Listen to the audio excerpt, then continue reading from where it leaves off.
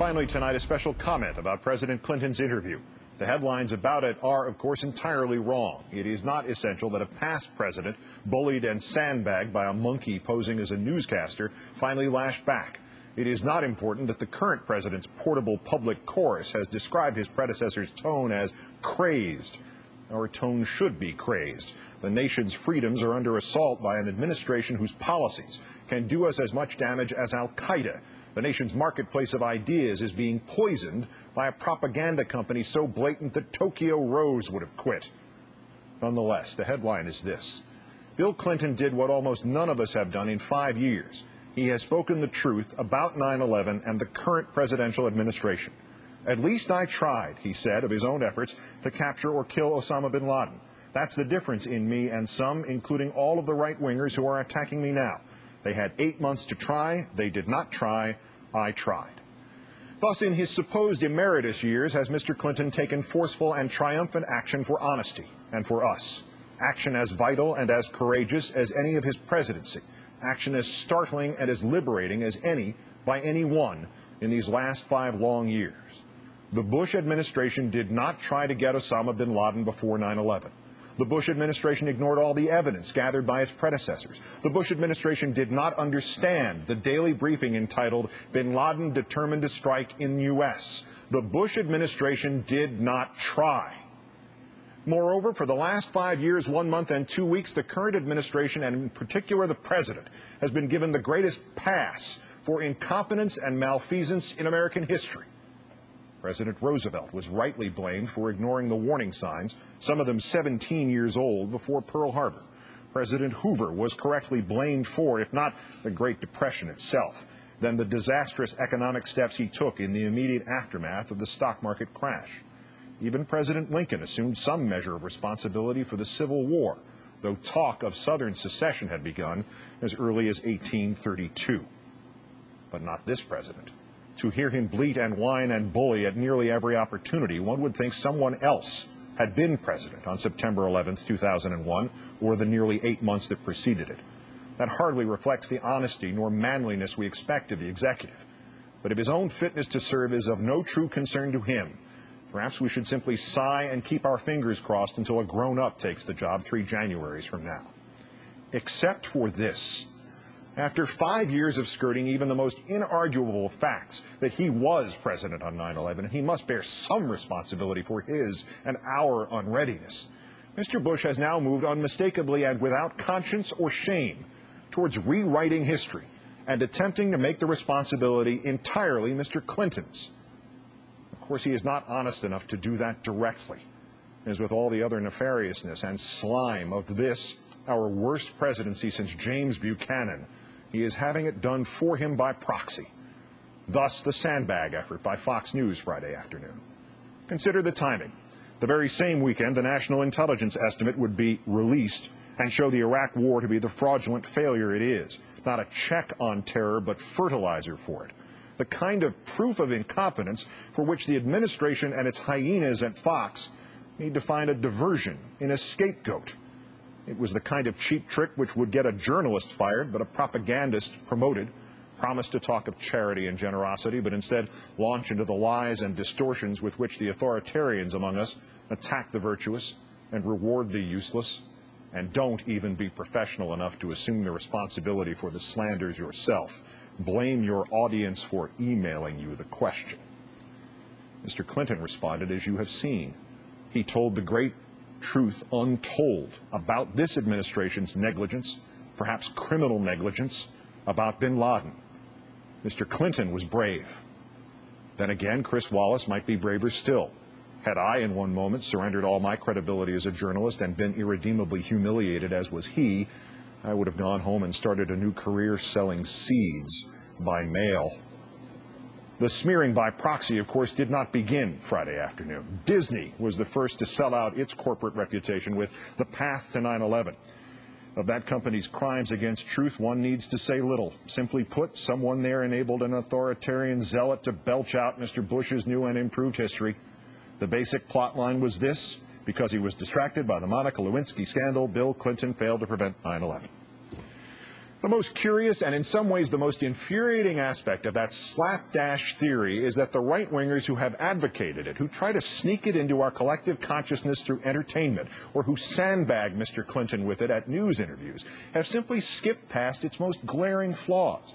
Had it been true that Clinton had been distracted from the hunt for bin Laden in 1998 because of the Lewinsky nonsense, why did these same people not applaud him for having bombed bin Laden's camps in Afghanistan and Sudan on August 20th of that year, for mentioning bin Laden by name as he did so? That day, Republican Senator Grams of Minnesota invoked the movie Wag the Dog. Republican Senator Coates of Indiana questioned Mr. Clinton's judgment. Republican Senator Ashcroft of Missouri, the future Attorney General, echoed Coates. Even Republican Senator Arlen Specter questioned the timing. And of course, were it true Clinton had been distracted by the Lewinsky witch hunt, who on earth conducted the Lewinsky witch hunt? Who turned the political discourse of this nation on its head for 2 years? Who corrupted the political media? Who made it impossible for us to even bring back on the air the counterterrorism analysts like Dr. Richard Haas and James Dunnigan, who had warned at this very hour on this very network in early 1998 of the cells from the Middle East who sought to attack us here? Who preempted them in order to strangle us with the trivia that was all Monica all the time? Who distracted whom? This is, of course, where, as is inevitable, Mr. Bush and his henchmen proved not quite as smart as they think they are. The full responsibility for 9/11 is obviously shared by 3 administrations, possibly 4.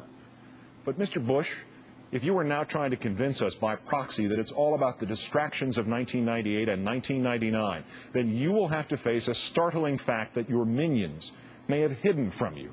The distractions of 1998 and 1999, Mr. Bush, were carefully manufactured and lovingly executed, not by Bill Clinton, but by the same people who got you elected president.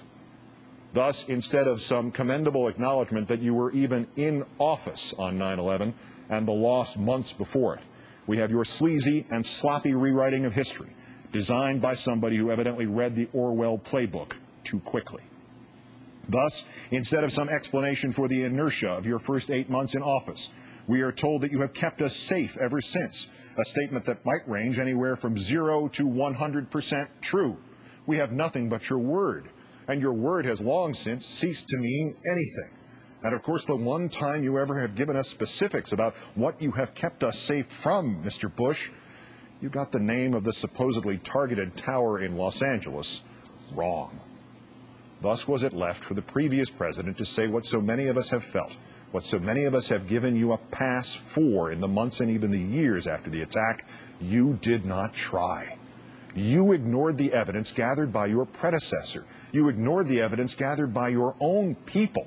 Then you blamed your predecessor. That would be the textbook definition, sir, of cowardice. To enforce the lies of the present, it is necessary to erase the truths of the past. That was one of the great mechanical realities Eric Blair, writing as George Orwell, gave us in the novel 1984.